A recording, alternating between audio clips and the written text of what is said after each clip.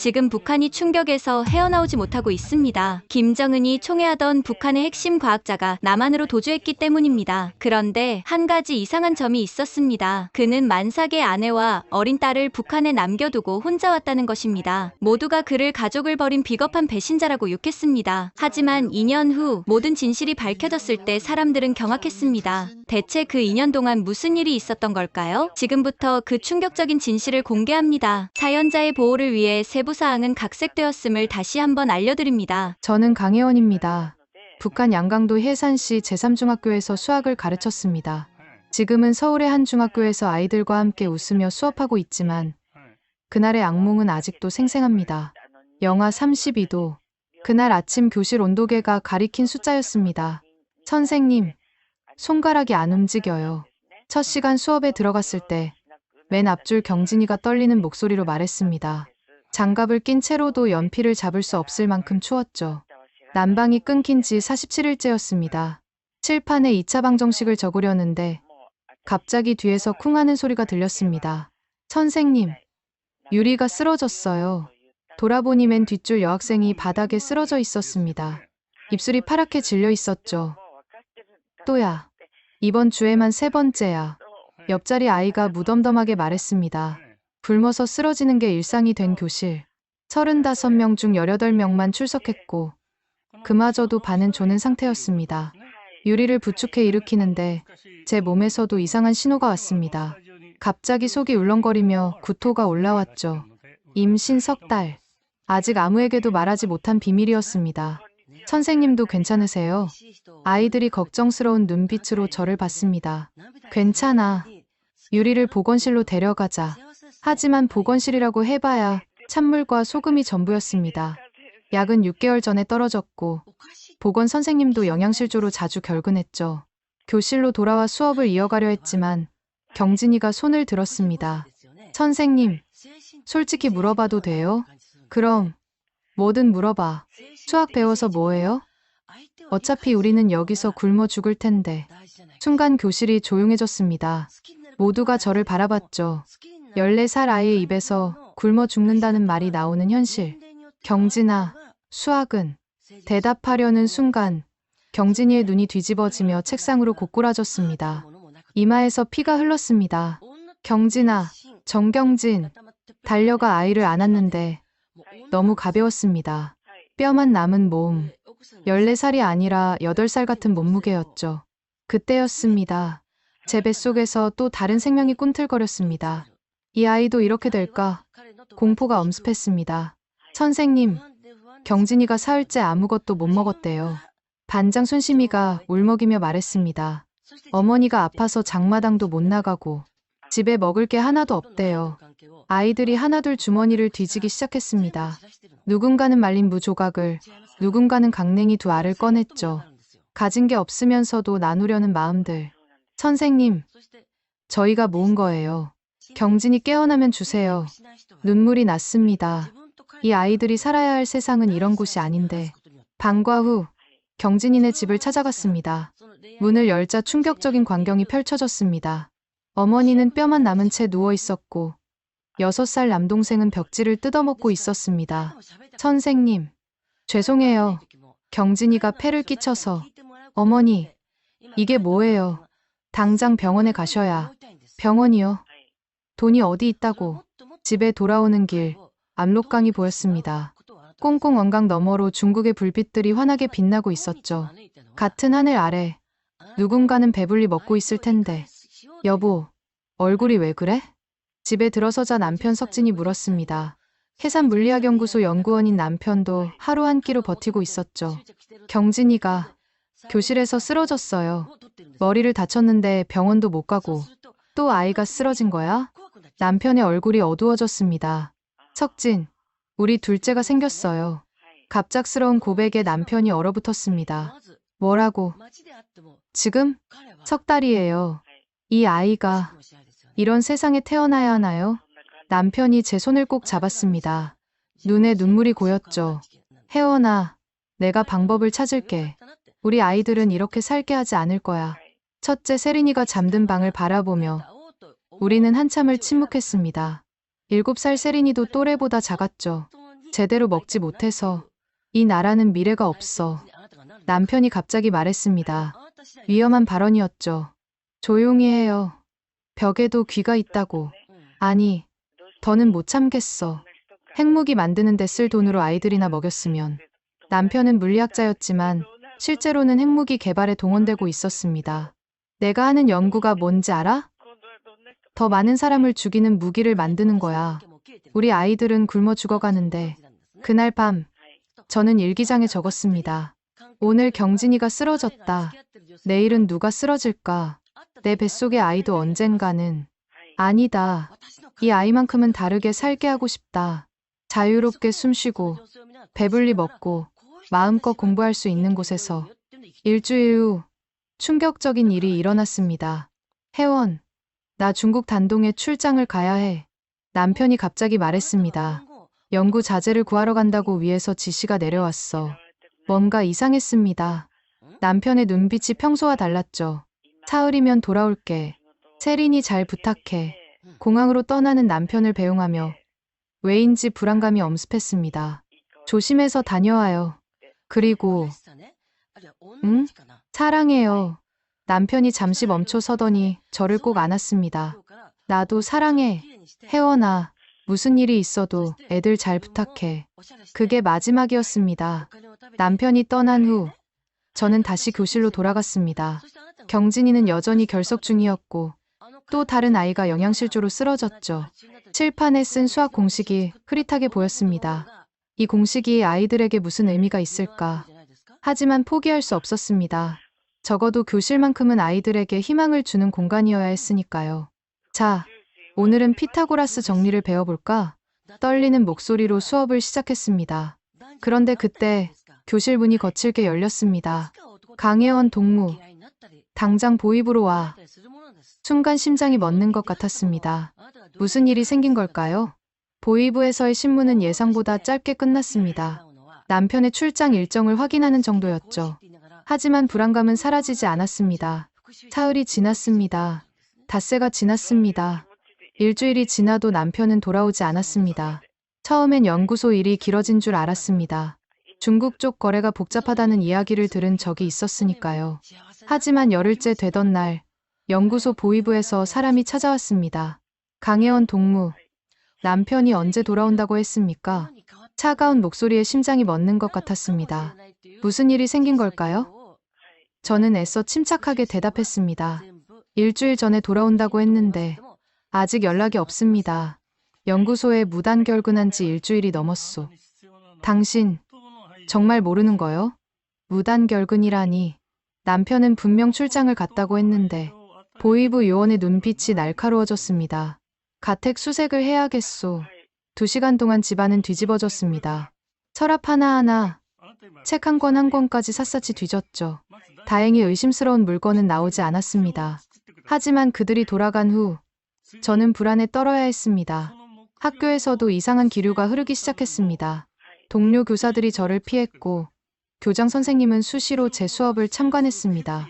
강 선생, 요즘 수업에 집중을 못하는 것 같은데 죄송합니다. 좀 더 노력하겠습니다. 입덧이 심해지고 있었지만 티를 낼 수 없었습니다. 화장실에 가는 횟수를 줄이려고 물도 마시지 않았죠. 뱃속의 아이에게 미안했지만 지금은 버텨야 할 때였습니다. 그러던 어느 날 제자 한 명이 조용히 다가왔습니다. 선생님, 이거 누가 전해달래요. 작은 쪽지였습니다. 떨리는 손으로 펼쳐보니 짧은 글씨가 적혀 있었습니다. 미안하오. 당신과 아이들을 위해서라오. 기다려주오. 남편의 글씨였습니다. 심장이 쿵쾅거렸습니다. 살아있구나. 하지만 왜 돌아오지 않는 걸까?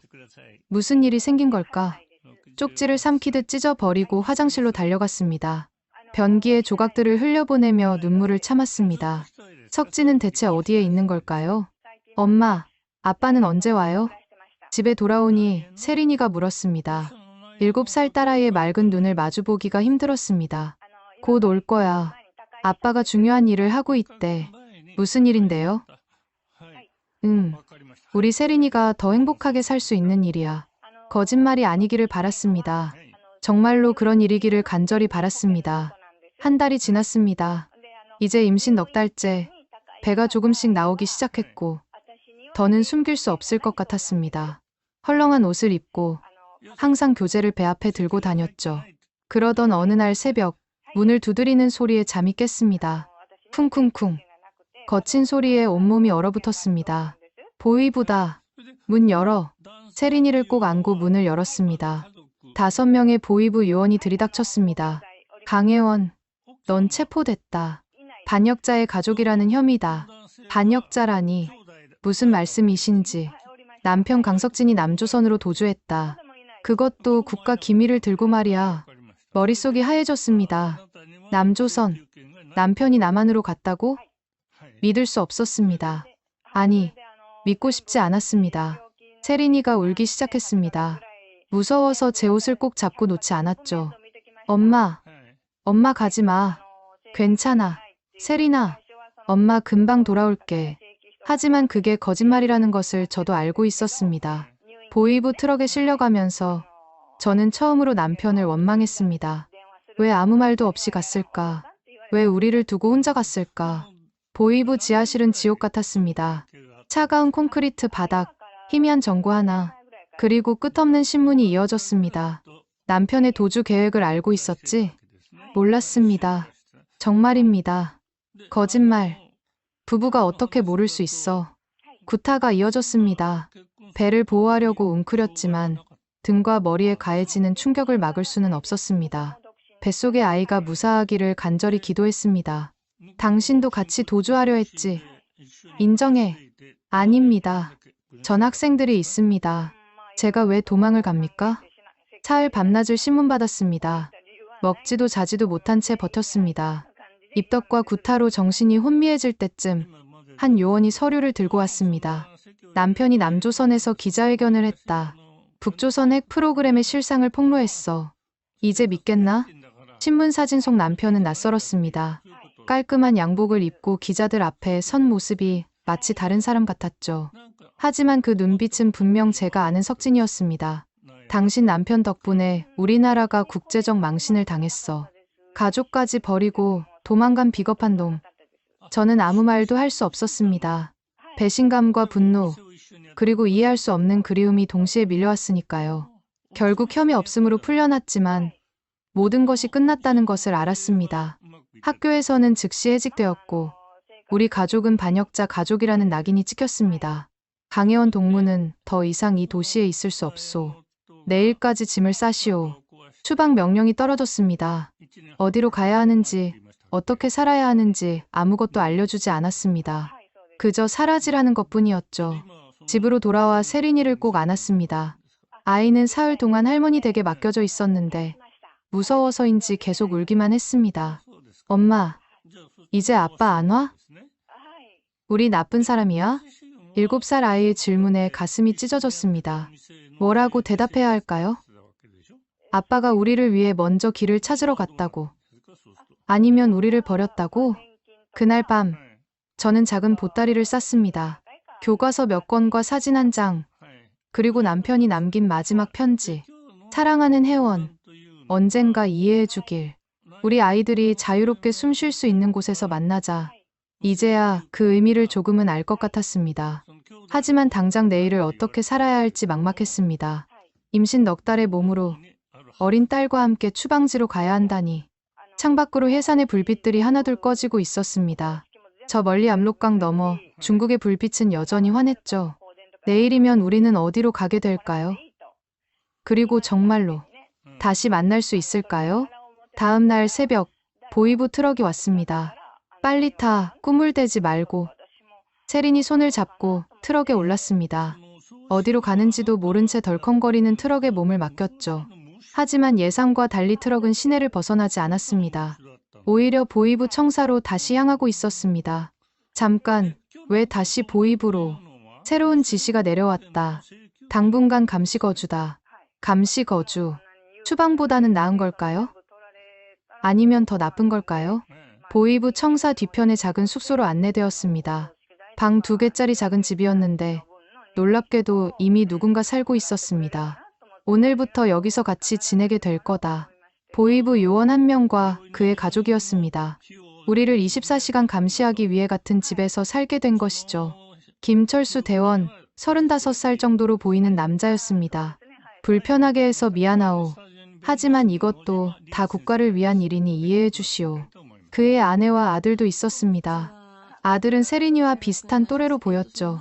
서로 불편한 동거가 시작되었습니다. 첫날부터 규칙이 정해졌습니다. 외출 금지, 방문객 금지, 편지 금지. 학교는 당연히 갈 수 없었고 세린이도 유치원에 가지 못했습니다. 엄마, 왜 우리는 밖에 못 나가? 잠깐 동안만 참자. 곧 나갈 수 있을 거야. 거짓말이었죠. 언제까지 이런 생활을 해야 하는지 아무도 알려주지 않았으니까요. 김 대원은 의외로 무서운 사람은 아니었습니다. 오히려 미안해하는 눈치였죠. 특히 그의 아내 은경 씨는 제게 동정적이었습니다. 임신하셨네요. 몇 개월이에요? 부엌에서 마주쳤을 때 은경 씨가 조용히 물었습니다. 더는 숨길 수 없을 만큼 배가 나와 있었죠. 넉 달입니다. 힘드시겠어요. 이런 상황에서 은경 씨는 가끔 몰래 영양식을 챙겨주기도 했습니다. 사람은 결국 사람인가 봅니다. 감시자와 피감시자 사이에도 연민은 존재했으니까요. 어느 날 밤, 김대원이 술을 마시고 들어왔습니다. 평소와 달리 수다스러워진 그가 말했습니다. 당신 남편 말이오. 대단한 사람이더군. 핵무기 개발의 핵심 인물이었다면서 심장이 쿵 내려앉았습니다. 석진이 그런 일을 했다고? 남조선에 넘긴 자료가 엄청나다고 하던데 우리나라 핵 프로그램이 다 노출됐다나. 전 정말 몰랐습니다. 알아요. 당신이 알았으면 같이 갔겠지. 근데 왜 두고 갔을까? 당신들을? 저도 그게 궁금했습니다. 왜 아무 말 없이 혼자 갔을까? 왜 우리를 이런 상황에 빠뜨렸을까? 어쩌면 당신들을 데리고 가려고 준비 중일지도 모르지. 김 대원의 말에 희망과 두려움이 동시에 들었습니다. 정말 그럴까? 석진이 우리를 데리러 올까? 감시 거주 생활은 지옥 같았습니다. 특히 임신한 몸으로는 더욱 힘들었죠. 병원도 갈 수 없었고 약도 구할 수 없었습니다. 엄마, 배가 고파요. 세린이가 자주 하는 말이었습니다. 배급은 거의 없었고 김대원 가족과 나눠 먹어야 했으니까요. 뱃속의 아이를 위해서라도 더 먹어야 했지만 세린이가 배고파하는 걸 보면 차마 입에 넣을 수가 없었습니다. 그러던 중 충격적인 소식이 들려왔습니다. 보이부 내부에서도 숙청이 시작됐다는 것이었습니다. 남편의 탈북을 막지 못한 책임을 묻는다면서요. 우리 가족도 위험해질 수 있어요. 은경 씨가 걱정스럽게 말했습니다. 김 대원도 점점 예민해졌죠. 우리를 감시하는 일이 오히려 그들에게도 위험이 될 수 있다는 걸 깨달은 것 같았습니다. 어느 날 김 대원이 심각한 표정으로 다가왔습니다. 강혜원 동무, 내일 다시 신문이 있을 거요. 또요? 전 정말 아는 게 없는데 이번엔 다를 거요. 중앙에서 직접 내려온다고 하니 조심하시오. 그날 밤 저는 잠을 이룰 수 없었습니다. 뱃속에 아이가 발로 차는 것이 느껴졌죠. 이 아이는 대체 어떤 세상에 태어나게 될까요? 엄마, 무서워. 세린이가 제품에 파고들었습니다. 아이도 뭔가 심상치 않다는 걸 느끼는 것 같았습니다. 괜찮아. 엄마가 지켜줄게. 하지만 어떻게 지킬 수 있을까요?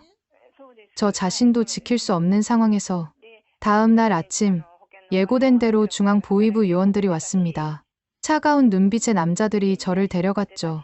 이번엔 거짓말하면 안 돼. 다 알고 있으니까. 신문실은 더 춥고 어두웠습니다. 그들은 남편의 사진을 보여주며 물었습니다. 이 남자가 당신에게 뭐라고 했소? 탈북 계획을 말하지 않았나? 정말 몰랐습니다. 그저 출장 간다고만. 그럼 이건 뭐요? 한 장의 종이를 내밀었습니다. 남편의 수첩에서 찢어낸 것 같았는데 수학 공식들 사이에 이상한 숫자들이 적혀 있었습니다. 이게 뭔지 모르겠습니다. 거짓말. 당신은 수학 교사잖소. 이게 암호라는 걸 모른다고? 암호? 자세히 보니 정말 수학 공식을 이용한 암호 같았습니다. 하지만 전 정말 처음 보는 것이었죠.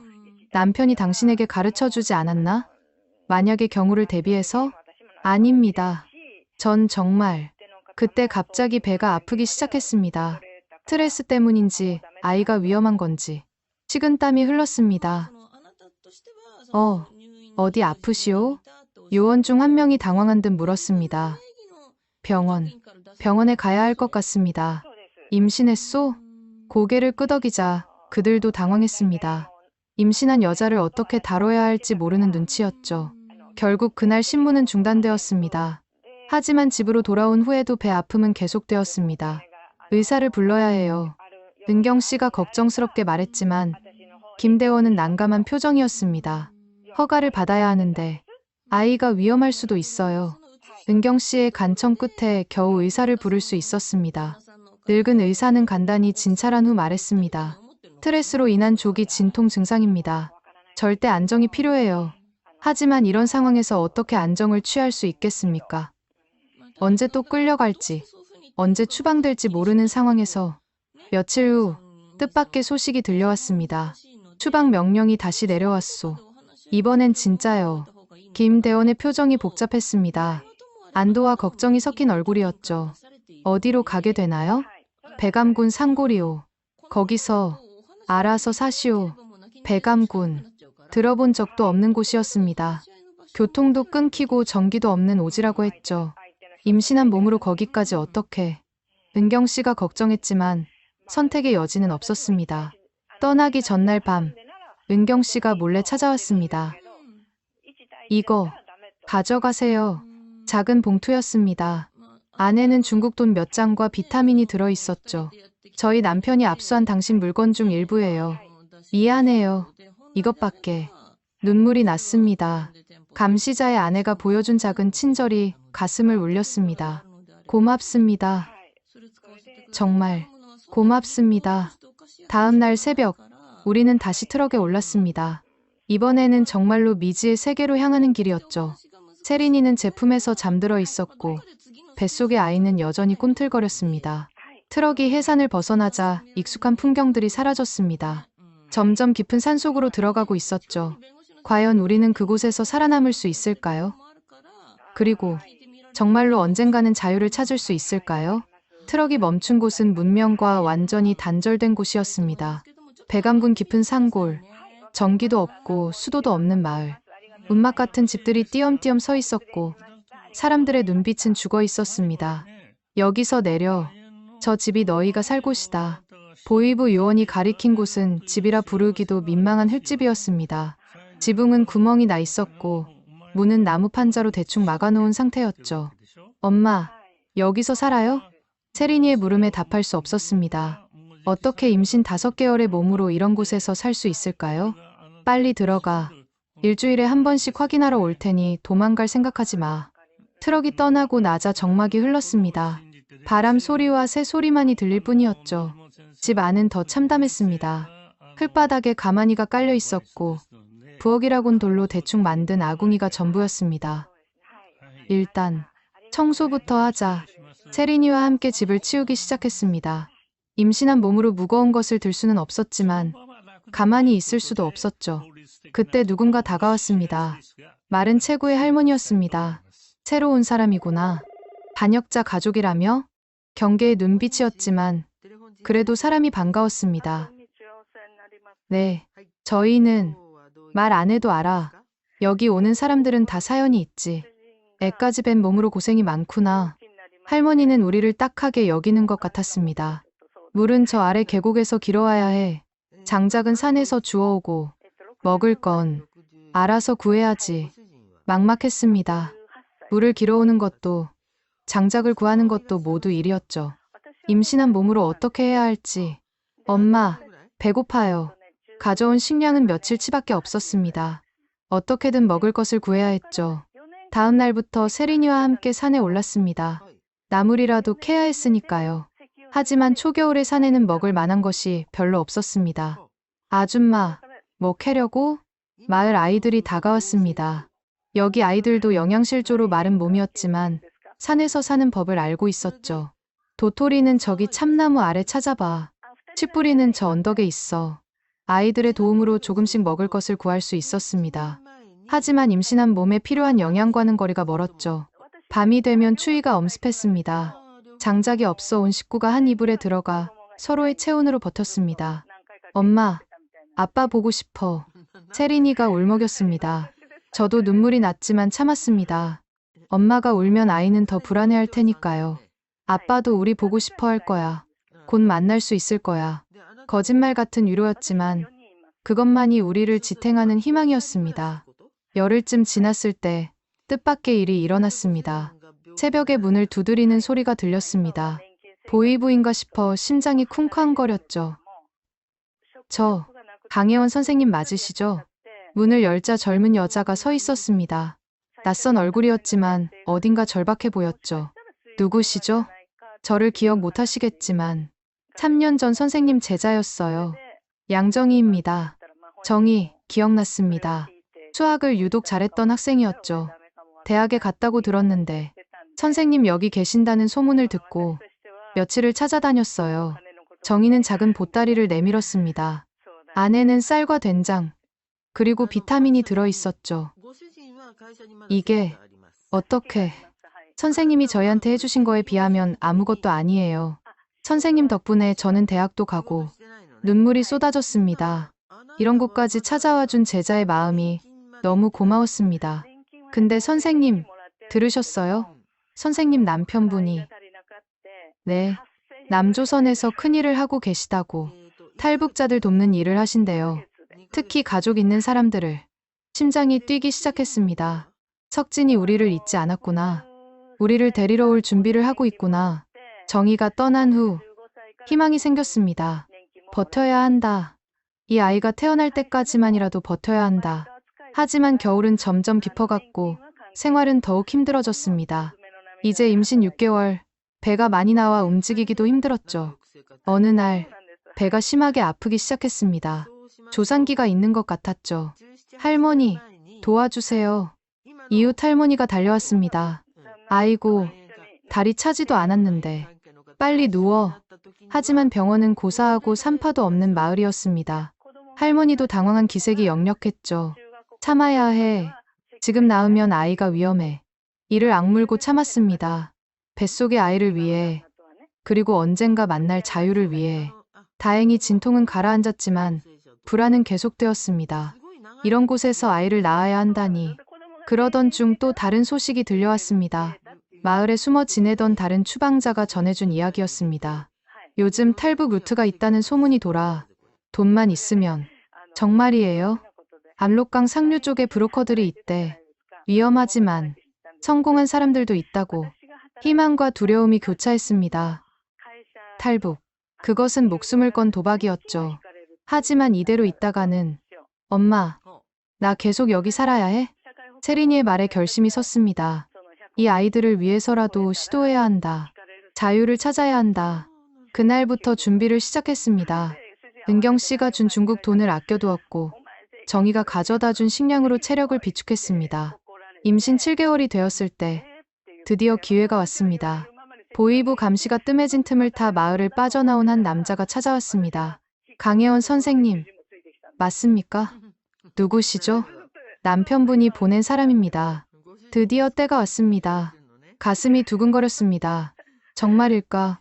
석진이 정말로 우리를 데리러 사람을 보낸 걸까? 증거가 있습니까? 남자는 작은 사진을 꺼냈습니다. 석진과 함께 찍은 사진이었죠. 나만 어딘가의 사무실로 보였습니다. 이제 준비하십시오. 내일 밤 출발합니다. 드디어 그날이 왔습니다. 자유를 향한 첫걸음을 내딛는 날이. 하지만 임신 7개월의 몸으로 어린 딸을 데리고 압록강을 건널 수 있을까요? 창밖으로 보이는 산들이 거대한 장벽처럼 느껴졌습니다. 하지만 넘어야 합니다. 아이들의 미래를 위해서라도. 그날 밤, 저는 잠을 이룰 수 없었습니다. 정말 저 남자를 믿어도 될까? 함정은 아닐까? 보이부의 시험은 아닐까? 온갖 생각이 머릿속을 맴돌았습니다. 엄마, 왜 안 자? 세린이가 물었습니다. 아이에게는 아직 말하지 않았습니다. 혹시라도 실패할 경우를 대비해서였죠. 그냥 생각할 게 있어서. 자자, 우리 세린이. 다음 날 아침 평소처럼 행동했습니다. 물을 기르러 가고 나무를 캐러 갔죠. 혹시 감시하는 눈이 있을지 몰랐으니까요. 오후가 되자 그 남자가 다시 나타났습니다. 이번에는 한 여자와 함께였습니다. 이분이 안내를 맡을 겁니다. 여자분이 같이 가는 게 덜 의심받을 테니까요. 여자는 40대 초반으로 보였습니다. 단정한 차림새였지만 눈빛은 날카로웠죠. 박순옥입니다. 앞으로 제 동생이라고 하세요. 만삭인 동생을 친정에 데려가는 거예요. 치밀한 계획이었습니다. 가짜 신분증까지 준비되어 있었죠. 오늘 밤 10시에 출발합니다. 짐은 최소한으로만. 아이는 절대 울지 않게 해주세요. 춘옥 씨가 작은 약병을 건넸습니다. 수면제예요. 아이에게 조금만 먹이세요.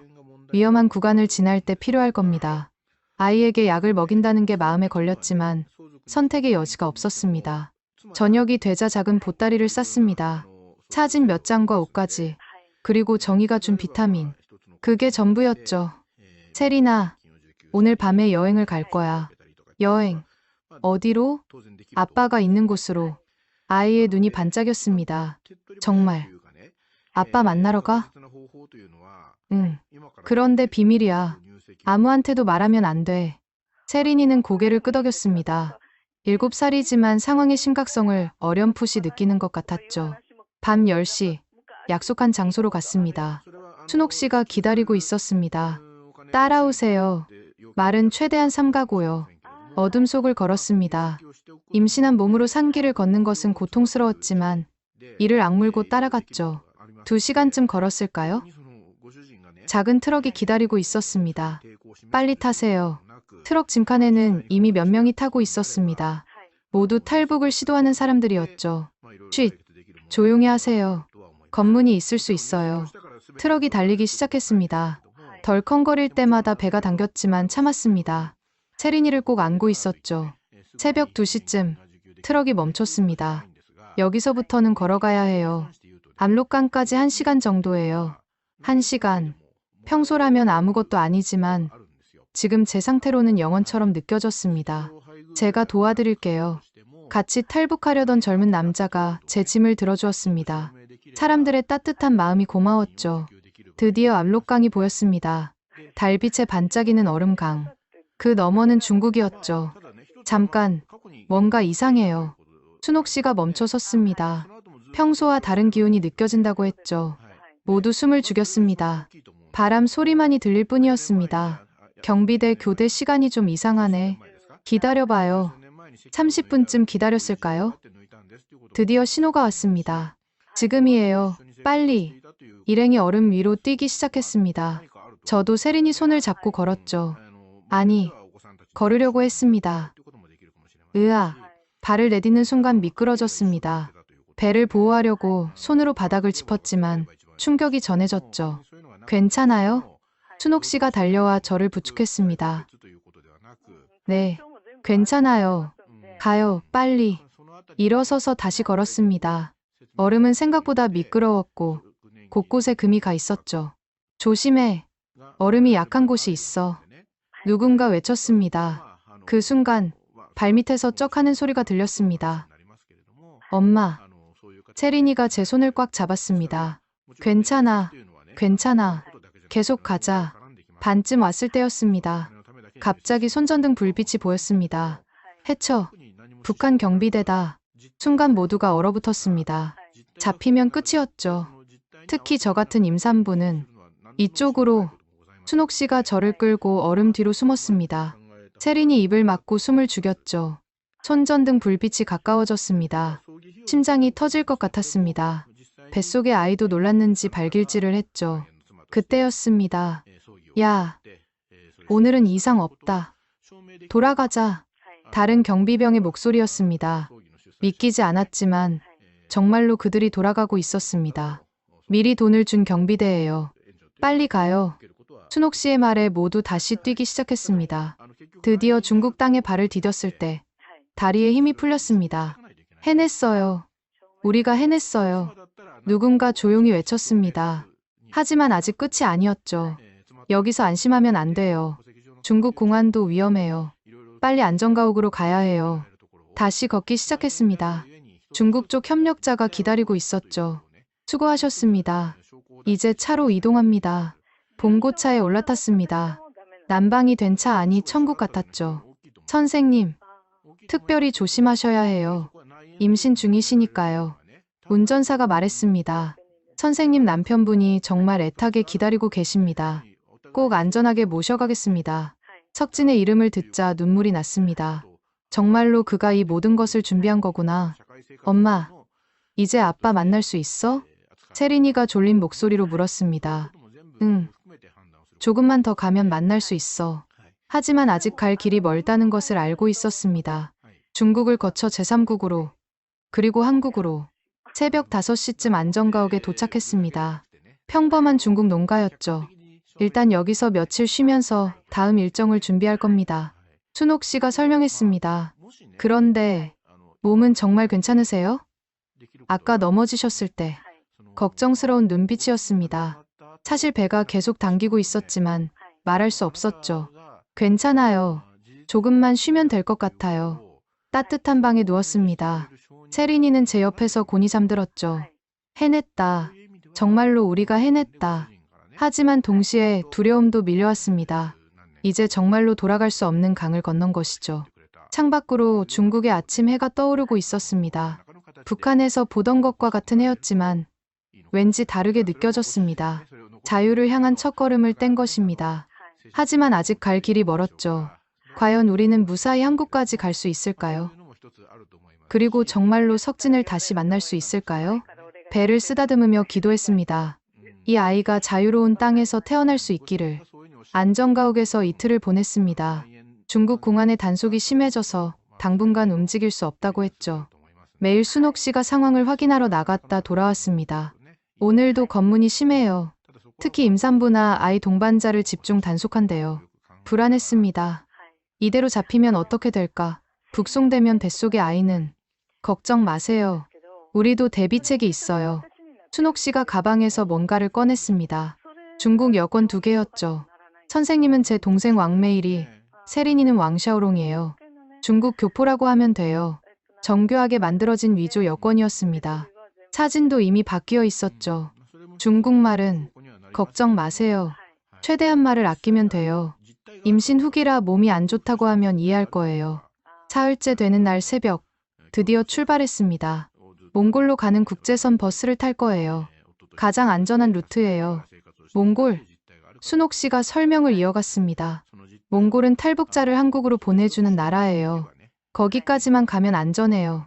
하지만 중국을 횡단해 몽골까지 가는 길이 쉬울 리 없었죠. 버스 터미널에 도착했을 때 공안들이 곳곳에 서 있었습니다. 자연스럽게 행동하세요. 불안해 보이면 의심받아요.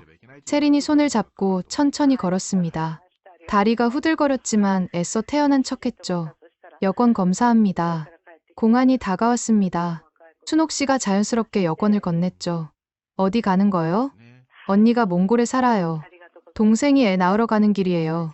공안이 저를 훑어봤습니다. 만삭이네. 위험하지 않소? 병원이 언니 집 근처에 있어요. 거기서 나으려고요. 긴장된 순간이었습니다. 공안의 눈빛이 의심스러웠죠. 그때 세린이가 중국말로 말했습니다. 경찰 아저씨, 우리 이모 집에 가요. 순옥 씨가 미리 가르쳐준 말이었습니다. 공안의 표정이 누그러졌죠. 그래. 조심해서 가거라. 통과했습니다. 버스에 올라타고 나서야 숨을 쉴 수 있었죠. 버스가 출발하자 긴장이 조금 풀렸습니다. 하지만 28시간의 긴 여정이 기다리고 있었죠. 선생님, 이거 드세요. 순옥 씨가 빵과 물을 건넸습니다. 미리 준비했어요. 버스 안 음식은 비싸고 맛없거든요. 고마웠습니다. 이런 세심한 배려가 얼마나 큰 힘이 되는지. 버스는 끝없는 중국 대륙을 달렸습니다. 처음 보는 풍경들이 스쳐 지나갔죠. 엄마, 여기는 우리나라가 아니야? 세린이가 조용히 물었습니다. 응, 다른 나라야. 하지만 곧 우리가 살 곳에 도착할 거야. 밤이 되자 버스 안이 추워졌습니다. 세린이를 품에 꼭 안았죠. 뱃속의 아이도 추운지 계속 움직였습니다. 괜찮으세요? 옆자리에 중국 할머니가 걱정스럽게 물었습니다. 네, 괜찮아요. 할머니가 자신의 담요를 덮어주었습니다. 말은 통하지 않았지만 따뜻한 마음은 전해졌죠. 새벽녘, 버스가 갑자기 멈췄습니다. 검문소였습니다.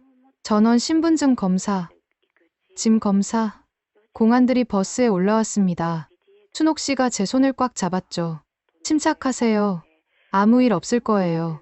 한 명씩 검사가 진행되었습니다. 제 차례가 다가올수록 심장이 빨리 뛰었죠. 여권. 떨리는 손으로 여권을 건넸습니다. 공안이 유심히 들여다봤죠. 왕메일이 임신 몇 개월이오? 7개월이요. 목적지가 몽골이요. 거기서 뭐 하려고? 언니가 살아요. 출산하러 가요. 공안이 의심스러운 눈빛으로 저를 봤습니다. 중국말이 서툰 것 같은데 순간 등에 식은땀이 흘렀습니다. 동북 지방 사투리예요. 우리 동생은 시골에서 자라서. 춘옥 씨가 재빨리 대답했습니다. 긴 침묵이 흐렸습니다. 공안이 다시 여권을 들여다보더니 통과. 다리에 힘이 풀렸습니다. 겨우 통과했지만 아직도 갈 길이 멀었죠. 버스가 다시 달리기 시작했습니다. 창밖으로 사막이 보이기 시작했어요. 몽골이 가까워지고 있었습니다. 하지만 그때부터 배가 아프기 시작했습니다. 처음엔 참을 만했지만 점점 심해졌죠. 선생님, 괜찮으세요? 안색이. 조금. 배가 아파요. 얼마나 남았죠? 6시간 정도요. 참으실 수 있겠어요? 참아야 했습니다. 여기서 병원에 가면 모든 게 들통날 테니까요. 하지만 통증은 점점 심해졌습니다. 식은땀이 나고 시야가 흐려졌죠. 엄마 왜 그래? 세린이가 울먹였습니다. 괜찮아. 엄마 괜찮아. 하지만 괜찮지 않았습니다. 뱃속에 아이가 나오려는 것 같았죠. 선생님. 이러다 버스에서 춘옥 씨도 당황했습니다. 그때 옆자리 중국 할머니가 다가왔습니다. 뭔가를 꺼내더니 제게 먹으라고 했죠. 진통 완화제예요. 제 며느리도 임신 중인데 따뜻한 물에 약을 타서 마셨습니다. 조금씩 통증이 가라앉았죠. 고맙습니다. 정말 고맙습니다. 할머니가 제 손을 잡아주었습니다. 말은 통하지 않았지만 그 손길이 큰 위로가 되었죠. 드디어 몽골 국경이 보였습니다. 곧 도착해요. 조금만 더 참으세요. 마지막 관문이었습니다. 중국 출국 심사와 몽골 입국 심사. 목적이 뭐요? 친척 방문이요. 임신 중인 것 같은데 병원 서류 있소? 준비된 서류를 보여줬습니다. 춘옥 씨가 모든 것을 완벽하게 준비해뒀죠. 통과. 드디어 몽골 땅을 밟았습니다. 자유국가의 땅을. 해냈어요. 이제 안전해요. 춘옥 씨가 감격에 겨워 말했습니다. 몽골 이민국 직원들이 우리를 맞았습니다. 탈북자이신가요? 한국 대사관으로 연결해드리겠습니다. 그 순간 모든 긴장이 풀리면서 눈물이 쏟아졌습니다. 엄마, 왜 울어? 기뻐서. 엄마가 너무 기뻐서 그래. 하지만 아직 끝이 아니었습니다.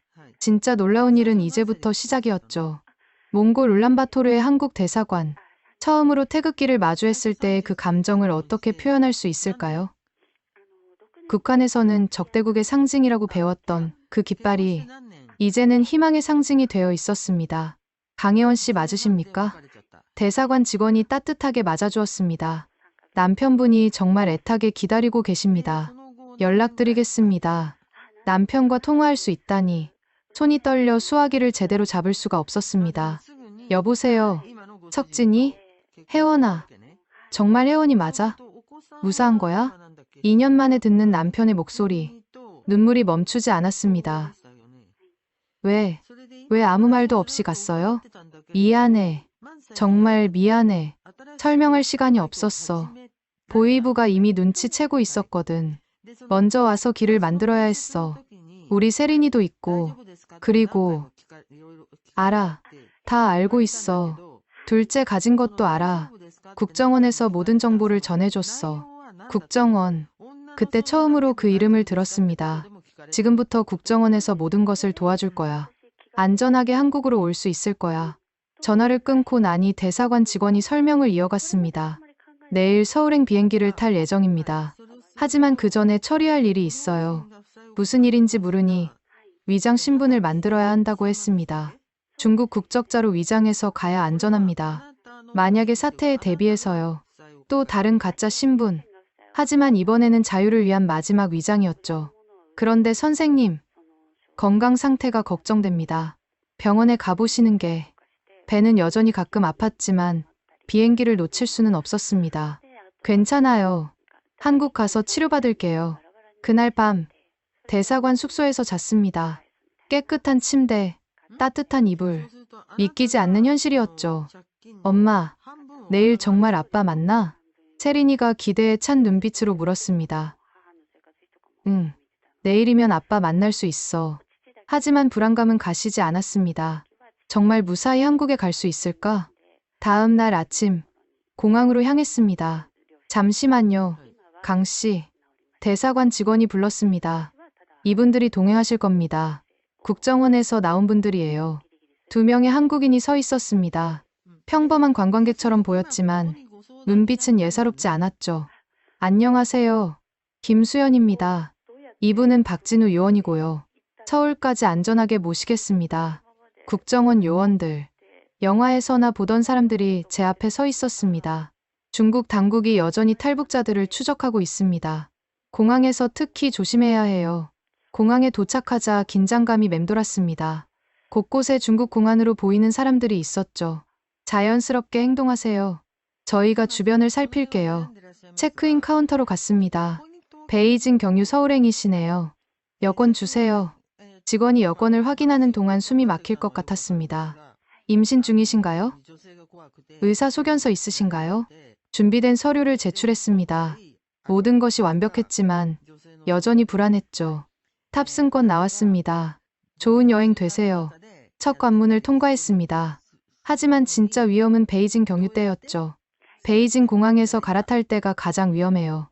중국 당국이 집중 감시하는 곳이거든요. 김 요원의 설명에 긴장이 더해졌습니다. 비행기에 올라타자 조금 안심이 되었습니다. 하지만 베이징까지는 3시간. 그 후가 진짜 고비였죠. 선생님, 컨디션은 어떠세요? 박 요원이 걱정스럽게 물었습니다. 괜찮아요. 조금 피곤할 뿐이에요. 사실 배가 계속 당기고 있었지만 말할 수 없었습니다. 여기서 문제가 생기면 모든 게 수포로 돌아갈 테니까요. 베이징 공항에 도착했습니다. 거대한 공항, 수많은 사람들, 그리고 곳곳에 서 있는 공안들. 환승 구역으로 바로 가야 합니다. 최대한 빨리 움직이세요. 하지만 걸음이 잘 떨어지지 않았습니다. 임신 7개월의 몸으로 공항을 가로지르는 것은 고통스러웠죠. 제가 도와드릴게요. 박 요원이 제 짐을 들어주었습니다. 김 요원은 세린이 손을 잡고 앞서 걸었죠. 환승 보안 검색대에 도착했을 때 예상치 못한 일이 일어났습니다. 잠깐, 이분들 따로 검사해야겠네요. 공안이 우리를 지목했습니다.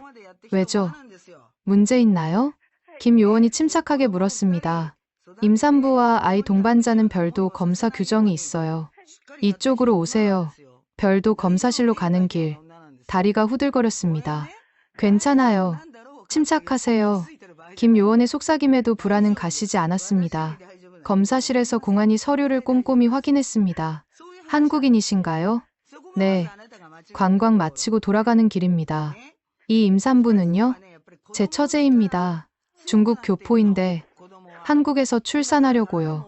공안이 의심스러운 눈빛으로 저를 봤습니다. 중국말 할 수 있나요? 순간 머릿속이 하얘졌습니다. 조금. 할 수 있어요. 더듬거리며 중국말로 대답했습니다. 긴 침묵이 흘렀습니다. 공안이 무전기로 뭔가 확인하는 것 같았죠. 그때 갑자기 배가 심하게 아프기 시작했습니다. 참으려 했지만 얼굴이 일그러졌습니다. 괜찮아요? 공안도 당황한 기색이었습니다. 진통. 같아요. 병원. 김 요원이 재빨리 대응했습니다. 빨리 보내주세요. 비행기 놓치면 큰일 납니다. 한국 병원 예약되어 있어요. 공안들이 서로 눈빛을 교환하더니 빨리 가세요. 의무실 들르시고. 통과했습니다. 하지만 정말로 진통이 시작된 것 같았습니다. 선생님, 정말 괜찮으세요? 아니, 것 같아요. 아기가. 2 요원의 얼굴이 하얗게 질렸습니다. 일단 탑승구로 가요. 기내에 의료진이 있을 겁니다. 거의 뛰다시피 탑승구로 갔습니다. 다행히 막 탑승이 시작되고 있었죠. 응급 상황입니다. 임산부가 진통 중이에요. 승무원들이 달려왔습니다. 기내에 의사 있나요? 네, 있습니다. 일단 탑승하세요. 이륙 후 진료 가능합니다.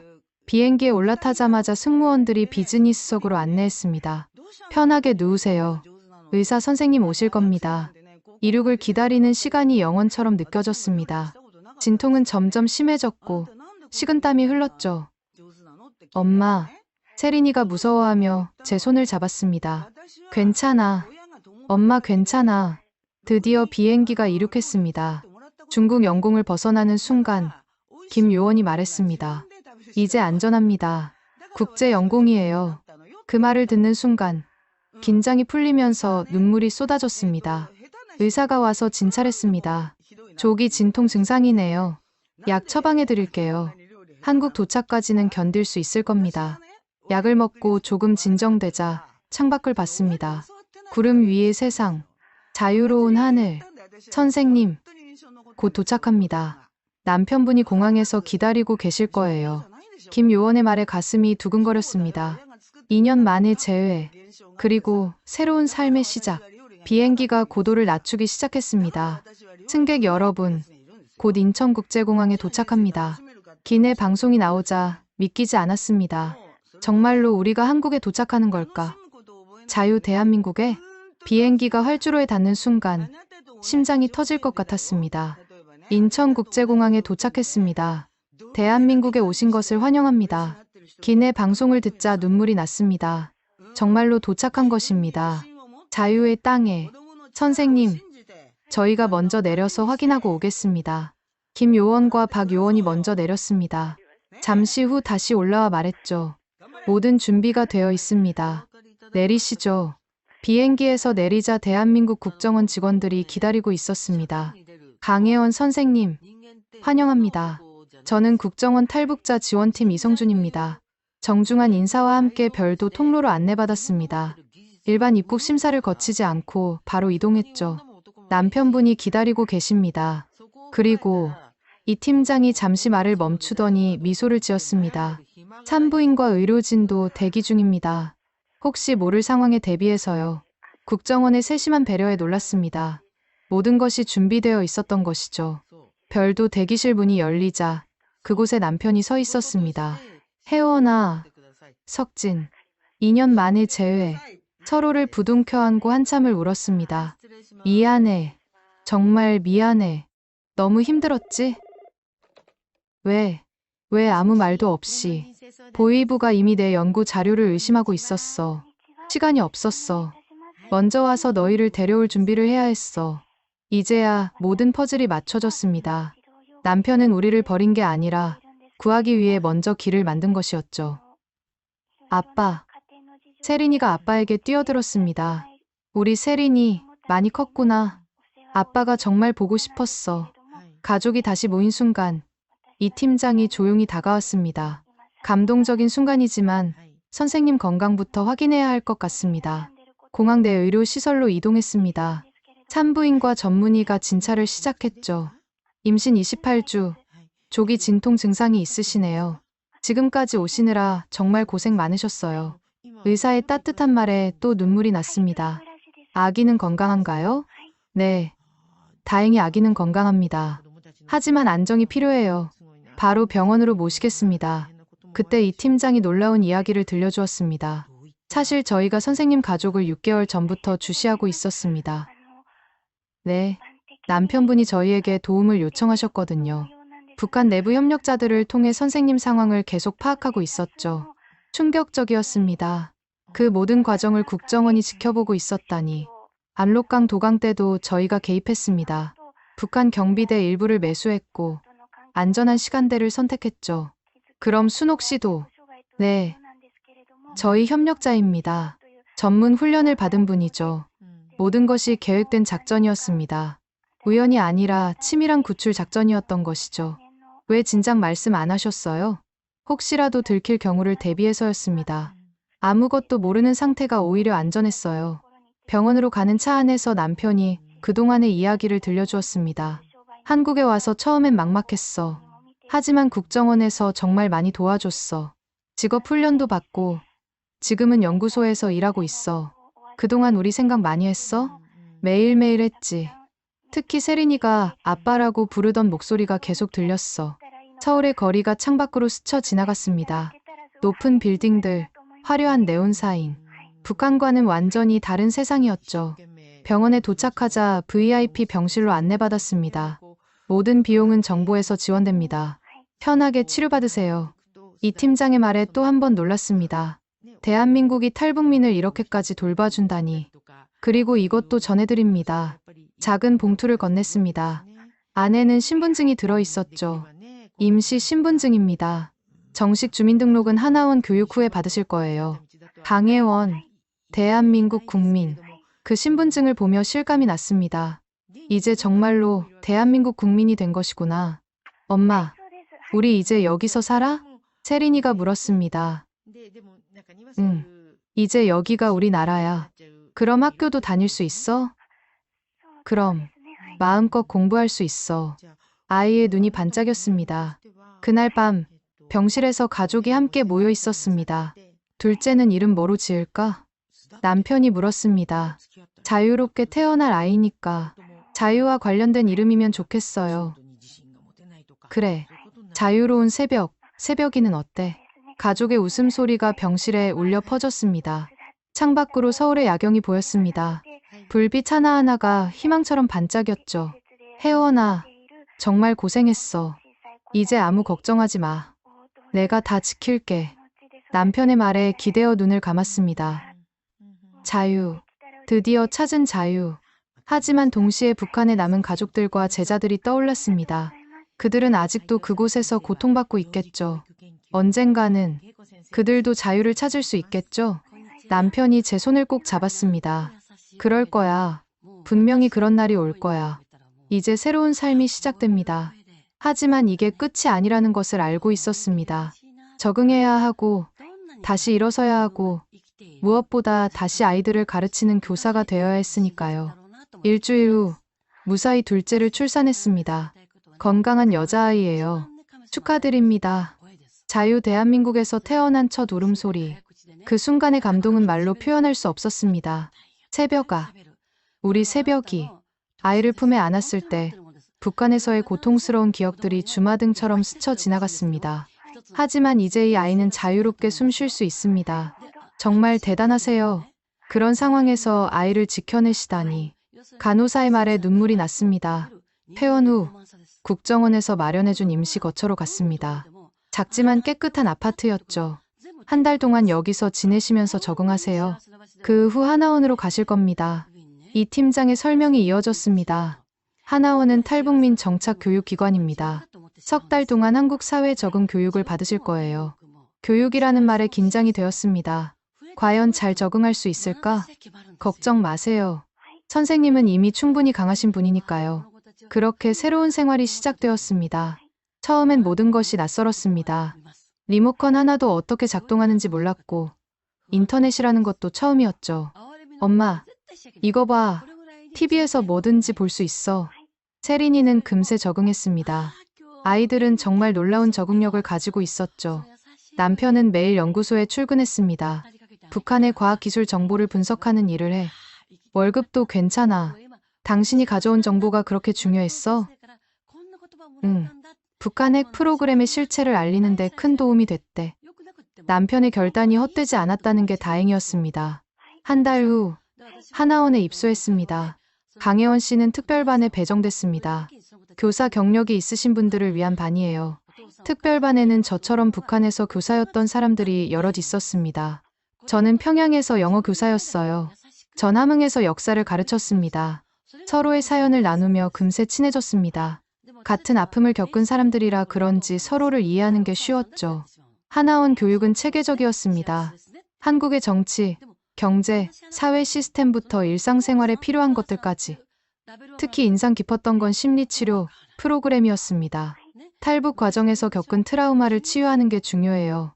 천천히, 자신의 속도로 회복하세요. 상담사의 따뜻한 말에 그동안 참았던 감정들이 쏟아져 나왔습니다.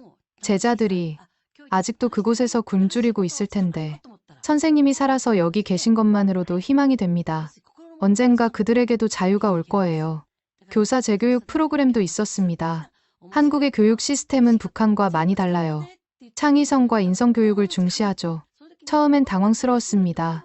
북한에서는 정해진 것만 가르쳤는데 여기서는 학생들이 자유롭게 질문하고 토론한다니. 수학도 단순 암기가 아니라 원리를 이해하고 응용하는 걸 중요시해요. 오히려 제가 꿈꿨던 교육이었습니다. 아이들이 자유롭게 생각하고 꿈꿀 수 있는 교육.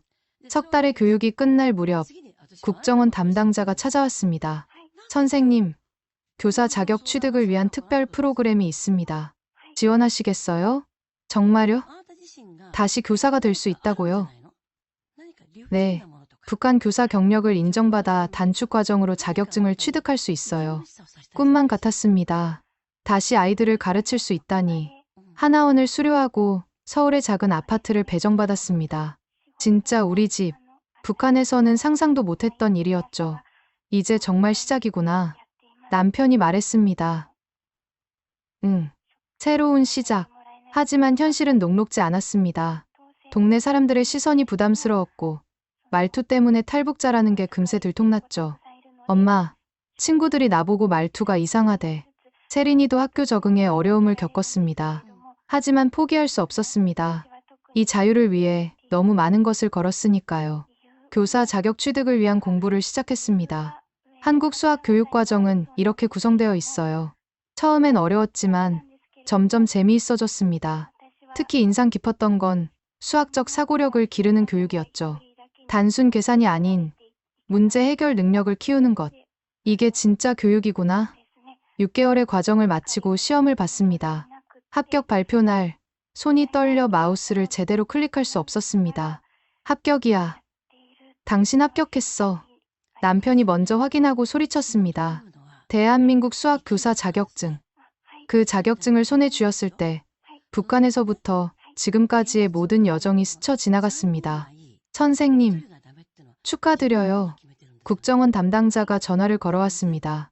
이제 선생님도 탈북민 멘토로 활동하실 수 있어요. 새로 오는 탈북 교사들을 도와주세요. 받은 도움을 되갚을 수 있는 기회. 기꺼이 수락했습니다. 새벽이는 건강하게 자라고 있었고 세린이도 점점 학교에 적응해갔습니다. 엄마, 나도 엄마처럼 선생님 될래. 딸의 말에 가슴이 뭉클했습니다. 자유 대한민국의 품은 따뜻했습니다. 완벽하지는 않지만 적어도 여기서는 꿈을 꿀 수 있고 그 꿈을 이룰 기회가 있었으니까요. 교사가 된 지 3년째. 선생님, 오늘 특별한 손님이 오신대요. 교무실에서 동료 교사가 말했습니다. 수업을 마치고 교실로 돌아오니 낯익은 얼굴이 기다리고 있었습니다. 안녕하세요. 강혜원 선생님. 오랜만입니다. 국정원의 이성준 팀장이었습니다. 이제는 더 높은 직급이 되어 있었죠. 선생님께 제안이 하나 있어서 왔습니다. 그의 제안은 놀라운 것이었습니다. 남북교육통합준비위원회에서 선생님을 모시고 싶습니다. 북한 교육 시스템을 아는 전문가가 필요해요. 통일. 그 단어가 가슴을 뛰게 했습니다. 제가 할 수 있을까요? 선생님만큼 적합한 사람이 없습니다. 두 체제를 모두 경험한 교사니까요. 그날부터 새로운 사명이 시작되었습니다. 낮에는 학교에서 아이들을 가르치고 저녁에는 통일 교육 자료를 만들었죠. 북한 수학 교과서와 남한 교과서의 차이점을 분석해 주세요. 통일 후 수학 교육 과정은 어떻게 통합해야 할까요? 질문들에 답하면서 깨달았습니다. 제 경험이 미래를 준비하는 데 소중한 자산이 된다는 것을. 어느 날 탈북민 학생을 만났습니다. 선생님도 북한에서 오셨어요? 16살 준영이었습니다. 혼자 탈북해서 한국에 온 아이였죠. 선생님도 북한에서 왔어. 저도 수학 좋아했는데 여기 와서는 너무 어려워요. 준영이의 눈에서 제 옛 모습을 봤습니다. 같이 공부해볼까? 선생님이 도와줄게. 그렇게 시작된 방과 후 수업. 준영이뿐만 아니라 다른 탈북 학생들도 하나둘 모여들었습니다. 선생님, 북한에서는 이렇게 안 배웠는데. 맞아. 여기서는 다르게 접근해. 하지만 기본 원리는 같아. 아이들이 조금씩 자신감을 찾아가는 모습이 보람 있었습니다. 선생님 덕분에 수학이 재미있어졌어요. 준영이의 밝은 표정을 보며 생각했습니다. 이것이 내가 해야 할 일이구나. 국정원에서는 계속 저를 지원해 주었습니다. 선생님의 강연이 큰 호응을 얻고 있어요. 더 많은 곳에서 강연 요청이 왔습니다. 전국을 다니며 제 이야기를 들려주었습니다. 탈북의 과정, 정착의 어려움, 그리고 희망의 메시지를. 포기하지 마세요. 자유를 찾은 여러분은 이미 영웅입니다. 어느 날 뜻밖의 연락을 받았습니다. 선생님, 저 정희예요. 양정희요. 북한에서 제 제자였던 정희가 탈북에 성공한 것입니다. 선생님이 한국에 계시다는 소식 듣고 저도 용기를 냈어요. 제자와의 재회, 눈물 없이는 볼 수 없는 순간이었죠. 선생님처럼 저도 교사가 되고 싶어요. 그래, 넌 할 수 있어. 내가 도와줄게. 이제 저는 탈북 교사들의 멘토가 되었습니다. 매달 모임을 가지며 서로의 어려움을 나누고 조언을 해주었죠.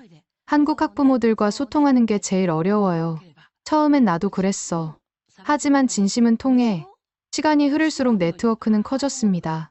탈북 교사 모임은 이제 하나의 단체가 되었죠. 자유를 가르치는 사람들, 우리가 정한 이름이었습니다. 남편도 자신의 방식으로 통일을 준비하고 있었습니다. 북한 과학자들이 통일 후 적응할 수 있도록 프로그램을 만들고 있어. 세린이는 이제 중학생이 되었고 새벽이는 초등학교에 입학했습니다. 엄마, 나 학교에서 통일 동아리 만들었어. 세린이가 자랑스럽게 말했습니다. 북한에서 온 친구들 돕는 동아리야. 엄마가 하는 일처럼 아이들이 제 삶을 보고 배우고 있다는 게 감동적이었습니다. 최근에는 특별한 프로젝트를 시작했습니다. 남북 수학 교사 화상 교류. 물론 북한 교사들과 직접 만날 수는 없지만 중국에 있는 북한 교사들과 조심스럽게 접촉을 시작했죠. 강 선생님, 정말 한국에서 교사를 하고 계신가요?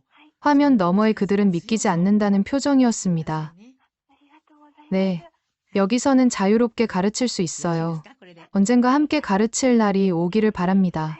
작은 씨앗이지만 언젠가는 큰 나무가 될 거라 믿습니다. 오늘도 교실에 들어서며 생각합니다. 안녕하세요. 여러분, 아이들의 밝은 인사가 돌아옵니다. 칠판에 수학 공식을 적으며 떠올립니다. 북한의 교실에서도, 남한의 교실에서도 수학의 진리는 변하지 않습니다. 하지만 그것을 배우는 아이들의 자유는 하늘과 땅 차이죠. 선생님, 질문 있어요. 좋아. 뭐든 물어봐. 자유롭게 질문하는 아이들을 보며 미소 짓습니다. 이것이 내가 목숨 걸고 찾아온 자유입니다. 그리고 이 자유를 더 많은 아이들과 나누는 것이 제 사명이죠. 창밖으로 맑은 하늘이 보입니다. 언젠가는 저 하늘 아래 모든 한반도의 아이들이 자유롭게 꿈꾸는 날이 오겠죠. 그날을 위해 오늘도 한 걸음씩 나아갑니다. 국정원이 지켜준 이 생명으로 받은 은혜를 갚으며 살아갑니다. 지금까지 제 이야기를 들어주셔서 감사합니다. 자유 대한민국 만세. 지금까지 강혜원 선생님의 놀라운 여정을 들어보셨습니다. 죽음의 강을 건너 자유를 찾은 한 교사의 이야기, 그리고 그 뒤에서 묵묵히 국민을 지켜낸 대한민국의 이야기였습니다. 아직도 수많은 강혜원 선생님들이 자유를 꿈꾸고 있습니다. 이 영상이 그들에게 희망이 되기를, 그리고 우리에게는 자유의 소중함을 일깨우는 계기가 되기를 바랍니다. 만약 이 이야기가 감동적이었다면 꼭 공유 부탁드립니다. 더 많은 사람들이 알아야 할 대한민국의 진짜 모습이니까요. 구독과 좋아요도 잊지 마세요. 다음에도 더 놀라운 이야기로 찾아뵙겠습니다. 지금까지 감동 편지함이었습니다. 감사합니다.